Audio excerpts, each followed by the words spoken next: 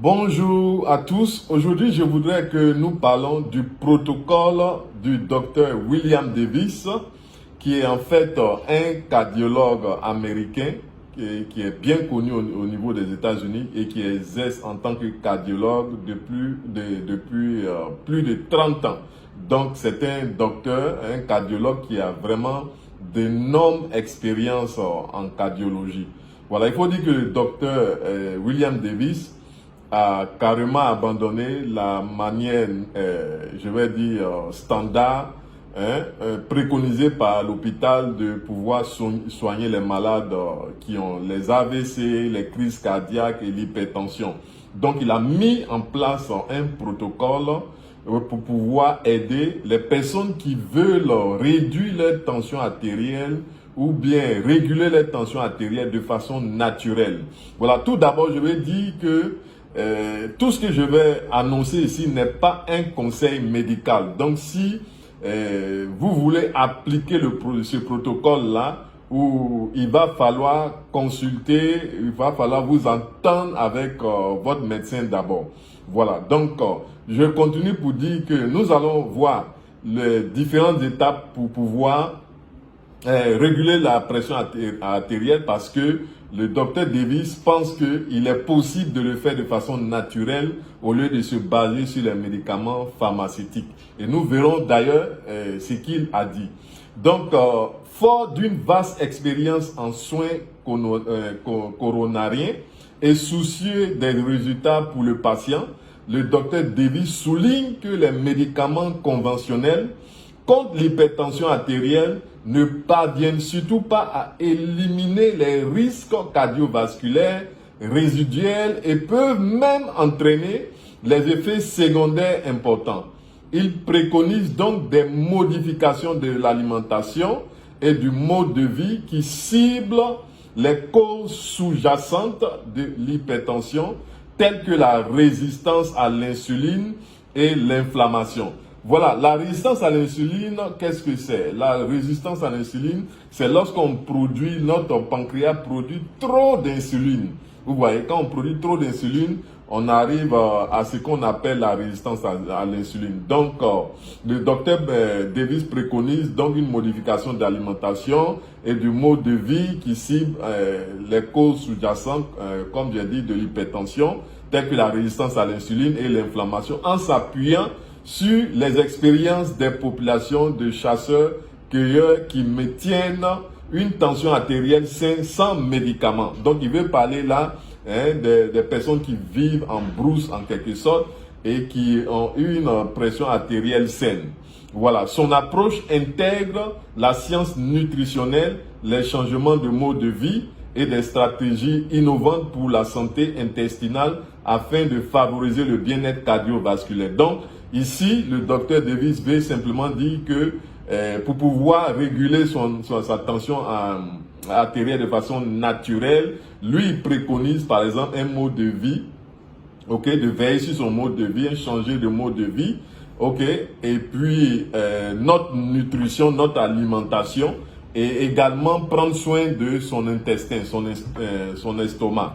Voilà, donc comprendre le risque résiduel dans le traitement de l'hypertension artérielle.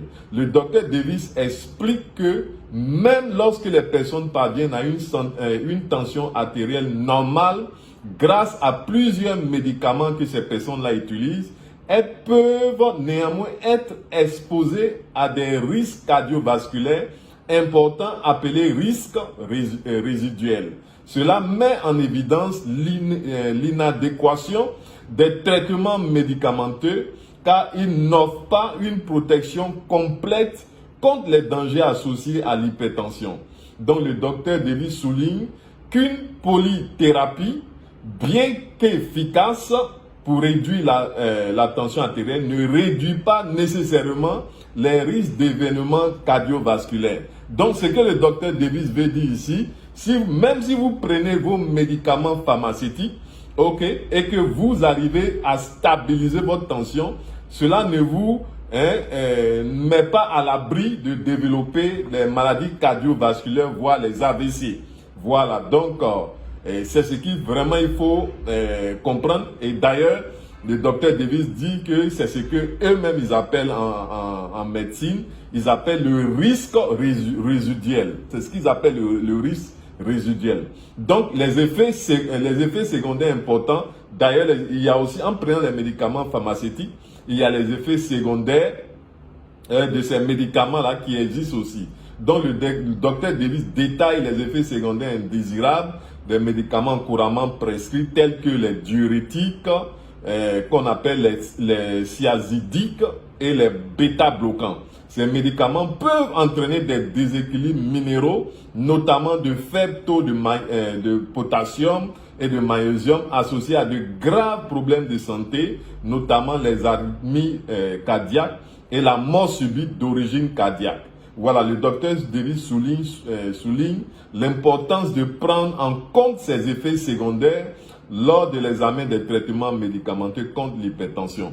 Donc, il faut dire que le docteur Davis, comme je l'ai dit, c'est un cardiologue. Donc, lui-même, il voit de plus en plus de malades, de patients aux États-Unis, qui s'approchent de lui et qui prennent déjà des médicaments qui se retrouvent aux urgences avec un manque criard de minéraux qu'il a cité ici, comme le potassium et puis le magnésium. Pourquoi? Parce que les médicaments pharmaceutiques d'hypertension que on prend, qu'on appelle par exemple les diurétiques, les diurétiques, le docteur Davis dit que les diurétiques par exemple créent une carence en magnésium et en potassium. Or, si vous avez une carence en magnésium et en potassium, votre risque de développer des maladies cardiovasculaires est élevé. Vous voyez. Il y a aussi les bêta-bloquants. Les bêta-bloquants, c'est un type de médicament aussi d'hypertension que le médecin vous donne de prendre pour pouvoir réguler votre tension artérielle. Et le docteur Davis dit aussi que lorsque vous prenez les bêta-bloquants, vous, au fur et à mesure, au fil du temps, vous allez développer ce qu'on appelle la résistance à l'insuline. Donc la résistance à l'insuline, c'est la production excessive d'insuline. Donc quand vous développez une résistance à l'insuline, la suite c'est le diabète. Donc si vous prenez ces bêta-bloquants, ces médicaments appelés bêta-bloquants, au plus tard, vous allez aussi développer le diabète. C'est pour cela qu'on voit que les personnes qui ont l'hypertension se retrouvent plus tard en train d'avoir aussi le diabète. Voilà, donc la méthode naturelle du docteur Davis pour normaliser la pression artérielle. Donc nous allons voir ça maintenant. Donc il suggère que la tension artérielle peut être efficacement normalisée grâce à des méthodes naturelles qui ne présentent pas les mêmes risques que les médicaments. Les médicaments pharmaceutiques. Il souligne l'importance de modifier son mode de vie, notamment en modifiant son alimentation, pour réduire la résistance à l'insuline et l'inflammation et qui sont essentiels pour obtenir des bienfaits à long terme sur la santé. Il estime qu'adopter un mode de vie plus naturel peut entraîner des améliorations significatives de la tension artérielle sans médicaments. Donc ici, ce que le docteur Davis propose, c'est de, par exemple, réduire la résistance à l'insuline en suivant, par exemple, les astuces. J'ai mis en place des astuces, une manière de manger de façon intelligente afin de réduire le taux de sucre, afin de pouvoir réduire le taux de glycémie. Donc, si vous êtes intéressé pour avoir ce document, il faut simplement payer 1500 francs CFA. Vous pouvez me contacter à mon numéro WhatsApp +1 727 768 31 44 et puis après le paiement des 1500 francs CFA, je vous envoie ce document sur votre WhatsApp qui va vous aider à changer votre alimentation et réduire votre résistance à l'insuline. Donc, le docteur Davis aussi dit que l'objectif c'est de réduire l'inflammation. Lorsqu'on parle d'inflammation ici, on parle des douleurs. Voilà. Donc, en suivant les astuces aussi, cela va permettre la réduction des inflammations. Donc, le docteur Davis cite par exemple les sociétés de chasseurs-cueilleurs comme modèle de maintien d'une tension artérielle saine. Il dit par exemple que ces populations-là qui ne consomment ni aliments transformés, ni produits pharmaceutiques présentent systématiquement une tension artérielle normale. Vous voyez, le docteur Davis souligne que lorsque ces populations-là, en mode de vie urbain, ils sont en mode de vie urbain, elles développent souvent l'hypertension, ce qui indique que les facteurs liés au mode de vie jouent un grand rôle dans la régulation de la tension artérielle. Donc, les personnes qui vivent en brousse, par exemple, c'est ce que le docteur Davis dit, lorsque ces personnes-là viennent vivre en ville et qu'elles adoptent le mode de vie de la ville, c'est-à-dire le manque d'activité physique parce qu'on est en train de prendre chaque fois des voitures, on ne marche pas, on n'est pas au dehors, on est tout le temps cloîtré à la maison, on ne va pas prendre, par exemple, le soleil, on ne va pas s'exposer au soleil, je vais dire, on mange des nourritures transformées.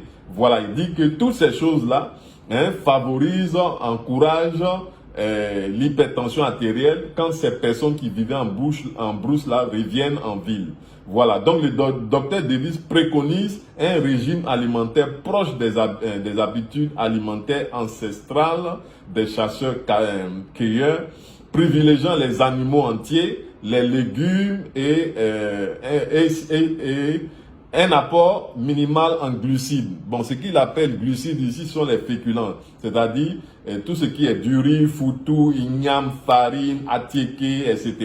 Voilà, il explique que cette approche alimentaire peut réduire de façon significative la résistance à l'insuline. Donc, comme je disais, la résistance à l'insuline, c'est le fait de produire assez d'insuline, donc ce qui conduit au diabète. Donc, un facteur clé de l'hypertension. Donc, vous avez une résistance à l'insuline, voilà, vous êtes exposé à avoir l'hypertension.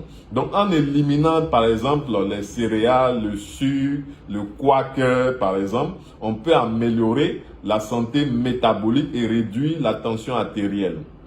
Voilà, maintenant, le docteur Davis souligne également que l'importance de remédier aux carences nutritionnelles contribue à l'hypertension. Voilà, donc notamment en magnésium. Donc quand vous n'avez pas de magnésium, c'est ce que le docteur Davis dit, si vous n'avez pas de vitamine D, quand vous n'avez pas d'iode, quand vous n'avez pas d'oméga 3, voilà, vous exposez un grand risque d'avoir l'hypertension artérielle. Donc l'importance de consommer ces différents compléments que j'ai cités. Donc je reprends les différents compléments. Il y a la vitamine D3K2, il y a l'iode, l'oméga 3, ok, voilà. Et puis, il parle là aussi de pouvoir aussi s'occuper de son estomac.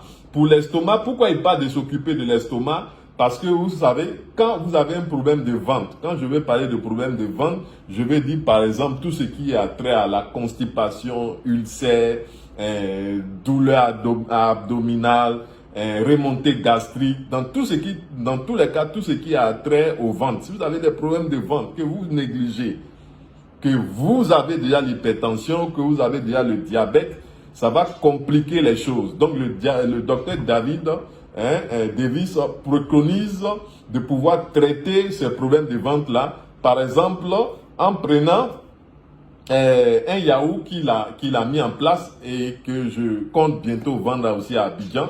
Voilà, qui est appelé le yaourt à base d'une bonne bactérie qu'on appelle le Lactobacillus reuteri. Voilà. Donc, si vous ne pouvez pas faire ce yaourt-là, voilà, vous pouvez le prendre aussi, vous pouvez prendre cette bactérie-là en complément alimentaire. Mais l'avantage avec le yaourt, c'est que le yaourt a une très grande, je vais dire, valeur, une très grande puissance dans ces bonnes bactéries-là. Par exemple, si vous prenez un comprimé, le comprimé de lactobacillus que je vends, ils sont composés environ de 90 000 milliards de bactéries. Alors que lorsque le yaourt est fermenté, ok, vous pouvez avoir une concentration en bactéries à hauteur de 300 milliards de bonnes bactéries. Vous voyez la grande différence. Voilà, donc le docteur Davis préconise, en plus des compléments alimentaires tels que le magnésium. Bon, pour ce qui concerne le magnésium, il est préférable de prendre le magnésium glycinate parce que le magnésium oxyde, le magnésium carbonate qu'ils vendent en général en pharmacie, ça ne vaut rien, ça ne s'absorbe pas bien. Voilà, donc c'est le magnésium glycinate, la vitamine D3, K2, l'oméga 3 et l'iodine. Donc ce sont ces 4 compléments-là qu'il faut combiner à la fois. Si vous voulez adopter la manière naturelle de réguler votre hypertension artérielle, sans être exposé à ce que les médecins même appellent le risque résiduel, c'est-à-dire que même si vous arrivez, le risque résiduel veut dire que même si vous arrivez à réguler, stabiliser votre tension artérielle avec les médicaments pharmaceutiques, cela ne vous garde pas de développer les maladies cardiovasculaires des AVC. Ouais. Donc pour dire que vraiment, même les médicaments pharmaceutiques, c'est pas une protection en quelque sorte. En plus de cela, il y a aussi les effets secondaires que ces médicaments-là provoquent, tels que évidemment une carence en vitamines et puis également par exemple, chez les hommes, quand vous prenez ces médicaments-là, vous voyez qu'au niveau virilité, vous n'êtes plus efficace. Voilà. Donc, le docteur Davis, pour revenir au niveau de l'estomac, si vous voulez prendre le lactobacillus, vous pouvez également me contacter. Mon numéro WhatsApp, c'est +1, ça c'est l'indicatif aux États-Unis. Vous tapez le 727 768 31 44. Voilà, donc merci d'avoir pris le temps de m'écouter et je vous souhaite une bonne journée.